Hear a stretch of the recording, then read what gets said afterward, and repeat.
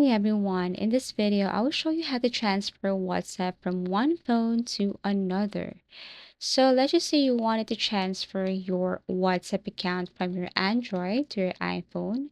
What you're going to do here is you have to open your WhatsApp and then you have to go to your settings and basically go to chats and back up your files. So now that you tap backup now, make sure it's back up to your Google Drive or iCloud. Now you can open your other phone, let's just say your iPhone. And then this time, what you're going to do, you go to your App Store and then install WhatsApp. You can type WhatsApp, install, and then once done, you can now open. Or you can use Get if you're using App Store. Tap Get and then open. Here it is. Tap on Agree and Continue. And all you have to do is to enter the phone number that you have used from your WhatsApp account using your Android. You have to enter the phone number here. At the same time, you need to add your country.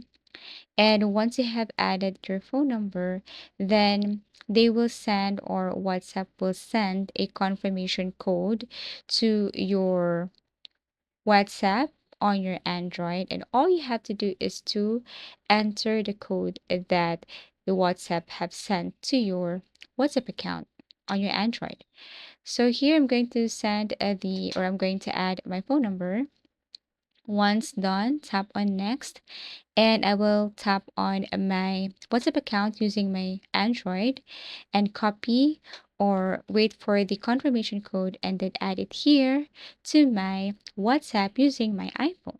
By the way, in WhatsApp, if you want to move your WhatsApp account from Android to iPhone, you have to make sure that you have tapped on the Move Chats to iOS or use the Move to iOS application so that the files will be moved to the iOS system.